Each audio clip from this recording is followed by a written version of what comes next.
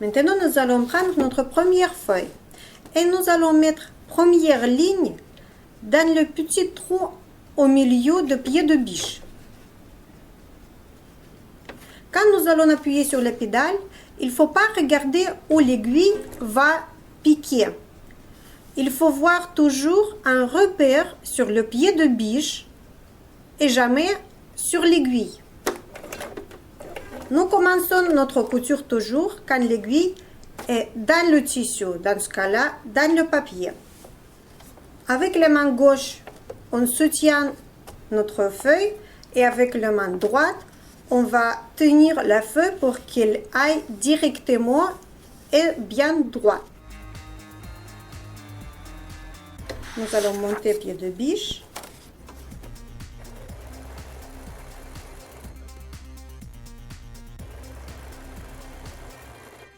Dès que vous voyez que vous faites les lignes bien droites, vous passez à la deuxième feuille avec le labyrinthe.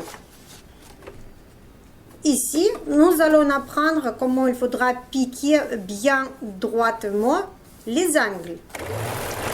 Si au milieu de la couture, vous voulez vous arrêter, il faut toujours vérifier pour que l'aiguille soit dans le tissu, dans ce cas-là, dans la feuille, pour repartir à nouveau. Avec les mains, vous aidez de piquer l'angle bien dans son coin.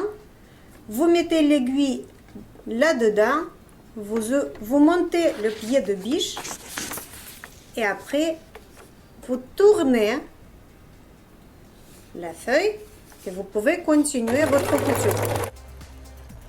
À nouveau, dès que vous arrivez vers l'angle, vous faites le mouvement avec la main, vous mettez l'aiguille là-dedans et vous tournez la feuille. Maintenant, vous savez bien faire les angles. Et nous allons passer aux courbes. La technique elle est la même. Il faut soutenir la feuille avec deux mains. Et deuxièmement, on guide en prenant comme ça. Ici, nous allons faire tout doucement. Il ne faut pas se presser surtout. Hein.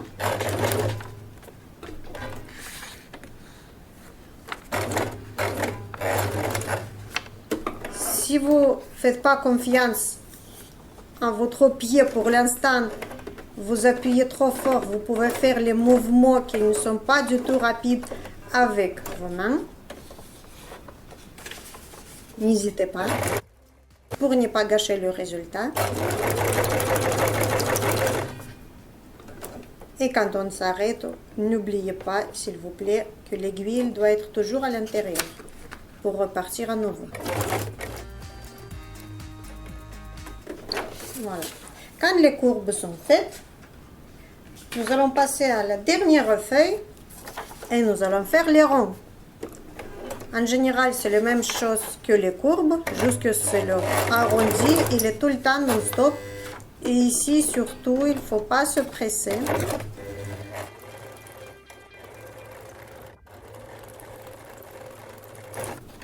Voilà, nos ronds sont faits. Maintenant, nous allons enfiler le fil. Comment enfiler le fil là-haut et dans la canette? Vous pouvez voir dans notre cours les bases de la couture, volume 1. Et le tableau de comparaison fil, tissu, aiguille. Aussi, vous pourrez voir dans ce leçon les bases de la couture, volume 1.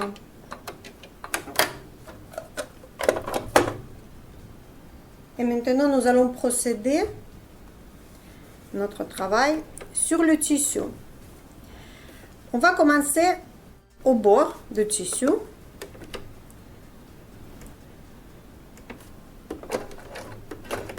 Où on va arrêter notre couture pour qu'elle ne se défait pas. Si vous voulez, vous pouvez appuyer sur la pédale ou au début, vous pouvez faire avec le pied. On fait une marche arrière en faisant 3-4 pas. On s'arrête et on recommence à nouveau.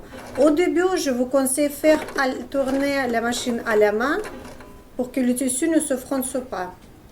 Et n'oubliez pas de tenir les deux fils Si le tissu il est fragile, le tissu il est très fin, si vous allez tenir avec les deux doigts le fil ici, ce fil ne va pas faire les boucles sur l'envers du tissu. Et nous allons couper. On s'arrête au bout du tissu. Il ne faut pas piquer en vide. Jamais il faut piquer en vide. 3-4 piqûres en arrière. Et on revient. La machine, elle n'aime pas quand vous piquez avec le fil en vide. Nous allons couper les fils de suite pour que la couture soit bien propre. Et nous regardons notre résultat. On voit que nos coutures elles sont bien fermées, elles ne vont pas partir. Et la couture elle est jolie. Maintenant, de la même façon, nous allons faire les courbes. Nous allons commencer dès le début. Après, n'oubliez pas de continuer toutes ces lignes.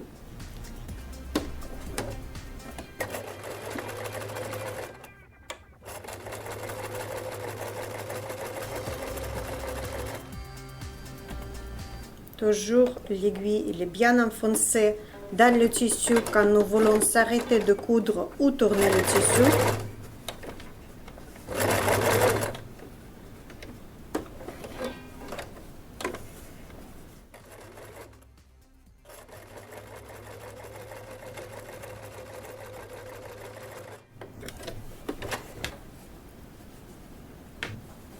Et nous regardons notre couture.